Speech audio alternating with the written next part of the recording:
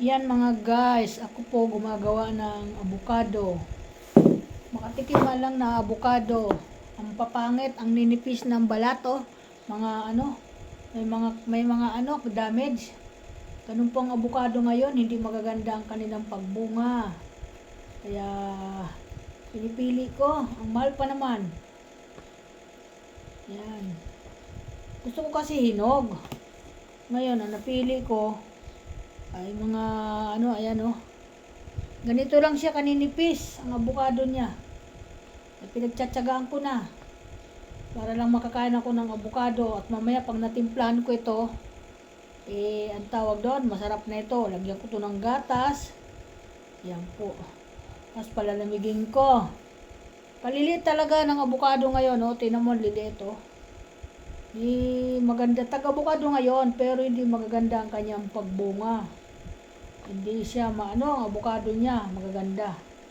Kaya welcome to my vlog. Ako po ngayon magagawa ng avocado para merienda ko mamaya.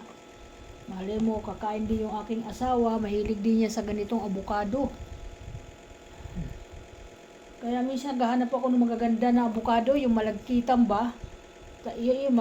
Masarap yun, yung avocado na lagkitan, tapos makakapal yung bala, yung kanyang laman. Sarap po yun.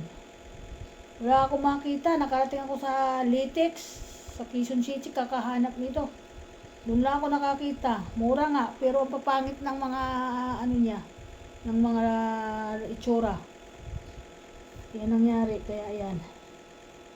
Pasensya na po. Ayan, ako'y gumagawa ng avocado para makakain. Nalagyan ko ito ng maraming gatas. Tapos lagay ko sa freezer. Yan, may avocado na ako. Paborito ko ito eh. Gamot kasi ito. Tingnan mo. Pero nakakakuha naman ako ng laman. Yan. Nakakakuha naman siya ng laman. Okay, welcome to my vlog. Yan. So mamaya, pauwi na daw yung aking asawa. Galing sa Lagalag, galing sa gala. Yan. Mahilig sila maggagagala. Yan mga guys.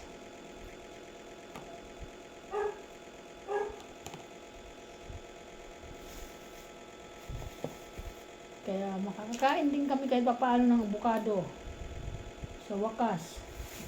Makakatikim din. Matatapos na yung avocado eh. Hindi pa ako nakakakain. Ito, na ako. Pero magaganda naman kahit maliit lang siya.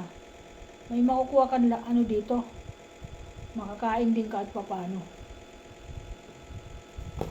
Hay, nako. Nabusog ako sa aming tanghalian.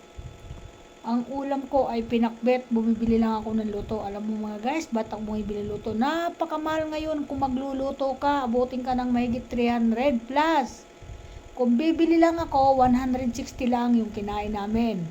Diba? Layo ng kay busog naman din na kami noon. Kaya lang sa luto, mas masarap kasi ang luto sa bibili ka ng luto kasi lutong bahay yun. Malilasa yun. Hindi kagaya sa binibili natin sa labas. Siyempre, kahit paano, titipirin nila yung sa Ricardo para tumubo sila. Ganyan po nagluluto sa mga kainan. Depende po yun sa kainan. Kasi may kainan naman na sobrang makakamamahal ng kanilang mga ulam. Kaso lang, ay mga mamahalin yon. Yun po, mahal yun. Ilan lang naman kami kakain dito, kaya ako'y bumibili na ng luto. Ganun po yun, mga bossing. Ayan po. Kaya, yan ang ginagawa ko para makatipid ako. Bibili na lang ako ng luto na ulam. Mamili na lang ako dun kung anong gusto kong luto. O, diba? Okay, welcome to my vlog. Maraming salamat sa vlog. Thank you so much sa mga idol. Thank you mga guys. Salamat sa inyo, sa panonood nyo, kay Nanay Linda. Salamat din sa mga anak ko. Ingat kayo. Ayan. Ingat din ang asawa ko ngayon nagbabiyahe. Pabalik na dito sa Maynila. Ewan ko ba't nakakarating sila dun sa malalayo. Ayaw magpasaway. Matitigas ang ulo. Sabi ko, pupunta pa kayo sa malayo. Aksaya lang kayo ng gasolina. Sabi ko nga ganun. Wala naman kayong batikan talaga na magaling dyan sa kalsada na mga nagbibinta talaga ng ganyan. Gagaya ka sa anak mo. Kay batikan na yan. Anak mo na yan. Sabi ko, wag kang gumaya sa kanila. Ha? di mo na kayang gayahin yan dahil matanda ka na, senior ka na, may sakit ka pa. Okay, thank you so much. Bye-bye.